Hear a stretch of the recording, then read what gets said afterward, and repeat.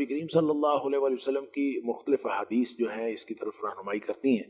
مثال کے طور پر ایک غش ہے جس کے بارے میں آپ من غشنا فلیس منا، ٹھیک ہے، یا آپ نے فرمایا من غش فلیس منا. تو یہ اگرچہ اس کا جو شان ورود ہے وہ یہ ہے کہ ایک شخص جو ہے وہ کھجوریں بیچ رہا تھا یا غلہ بیچ رہا تھا اور اس غلے کو نبی پاک صلی اللہ علیہ وسلم اس کے اندر ہاتھ ڈالا تو اندر سے گیلا تھا.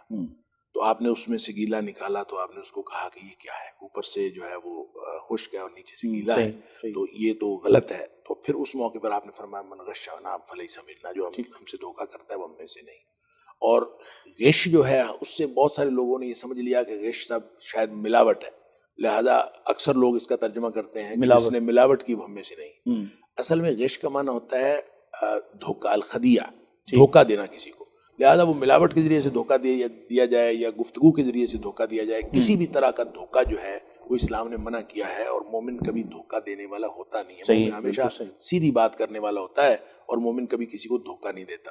اور دیکھیں بعض اوقات لوگوں کے اندر ایسی صلاحیتیں ہوتی ہیں کہ وہ کسی کو کر سکتے ہیں، دھوکہ دے سکتے ہیں. ان کے اندر صلاحیتیں ایسی ہیں کہ دھوکہ دے سکتے ہیں، لیکن وہ دھوکہ پھر بھی نہیں دینا چاہیے کسی کو. کسی کے ساتھ چالاکیاں نہیں کرنی چاہیے.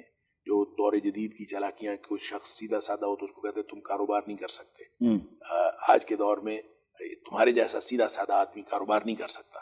تو یہ گویا ایسی چالاکیاں ہونی چاہیے کہ جو گاہک کو دھوکہ دے سکیں، جو کسی کے ساتھ گفتگو کرتے ہوئے فریب دے سکیں.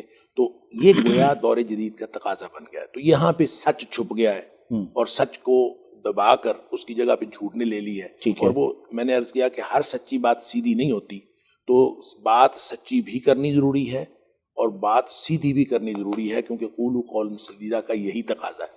اور ایک صحابی کا ایک روایت میں آتا ہے، قیس بن سعد غالباً ان کا نام تھا. تو ان کے اندر دیکھیں اللہ تعالیٰ نے مختلف لوگوں کو مختلف صلاحیتیں دی ہوتی ہیں. بالکل صحیح. تو ان کے اندر یہ صلاحیت ہوگی کہ وہ لوگوں کو جو ہے وہ دھوکہ دے سکتے ہوں گے، چلاکیاں دکھا سکتے ہوں گے لوگوں کے ساتھ، یا جس کو ہم آج کل کہتے ہیں بڑا سمارٹ ہے، بڑا جو ہے لوگوں کے ساتھ بندوں کو چار لیتا ہے. تو ہو سکتا ہے وہ بھی ایسے ہی ہوں. تو انہوں نے کہا کہ اگر میں نے نبی پاک صلی اللہ علیہ وآلہ وسلم سے یہ نہ سنا ہوتا کہ جو مکر و فریب ہے اور جو چلاکیاں ہیں وہ جہنم کو لے جاتی ہیں، المکر والخدیعۃ فی النار، کہ جب جو چلاکی کرنا ہے اور دھوکہ دینا ہے یہ جہنم میں لے جاتا ہے. اگر میں نے یہ نہ سنا ہوتا، اگر میں نے نبی پاک صلی اللہ علیہ وسلم سے یہ سنا ہوتا، لکنت من امکر الناس، میں لوگوں میں سے سب سے زیادہ فریب دینے والا اور چلاکیاں کرنے والا ہوتا. گویا صلاحیت کے اعتبار سے وہ تھے، لیکن چونکہ اللہ کے رسول صلی اللہ علیہ وسلم منع کر دیا، تربیت کر دیا آپ نے تربیت فرما دی، لہذا انہوں نے کہا جی میں نہیں کر سکتا.